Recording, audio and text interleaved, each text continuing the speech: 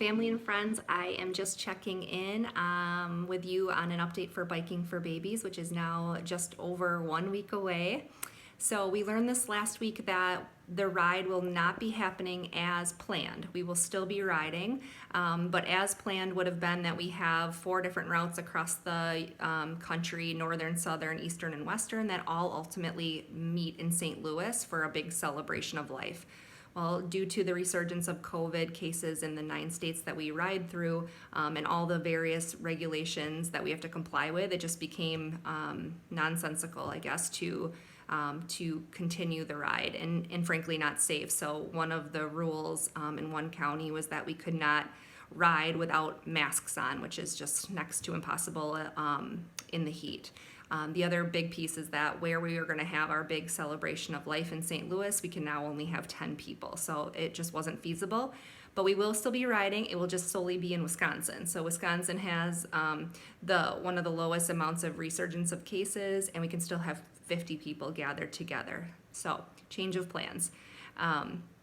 So just a couple of thoughts on this. First of all, the need has not changed. Pregnancy resource centers, especially those that we in particular partner with, are sharing that they are seeing 2 times the amount of people coming through their doors as last year, which is phenomenal, but the need is still very much there. The second part is that the mission has not changed. We are still there fundraising, praying for, riding for women and family in crisis pregnancies. So neither of those things has changed. But you know what's really interesting? I can't help but think about the parallels of this situation to women and families in crisis pregnancies. So, while our ride is not going to happen as we had originally planned anymore, we're going to pivot and we are going to answer this calling and change. And it's really similar to women and families in crisis pregnancies, unplanned pregnancies. Obviously, this was not their plan either, but we are asking and praying for them to answer God's calling for them to choose life and to pivot their lives. And I can't honestly think of anything that is more parallel and fitting for this cause. And it's really asking us to do the exact thing on a smaller scale that we are asking these women to do. So it's really quite beautiful. Finally, I wanted to give a quick update on fundraising because I have been so touched. Frankly, this journey for me started right in the middle of this global pandemic. And I really thought I would be on this road alone, pun intended. And what you have all shown me is just truly overwhelming.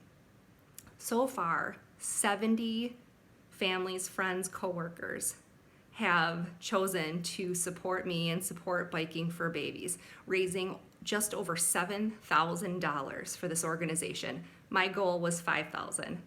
And while I thought this was going to be a pretty lonely road, I am just completely touched and I feel your support, and I know I will carry that support with me through 600 miles coming up in the next week.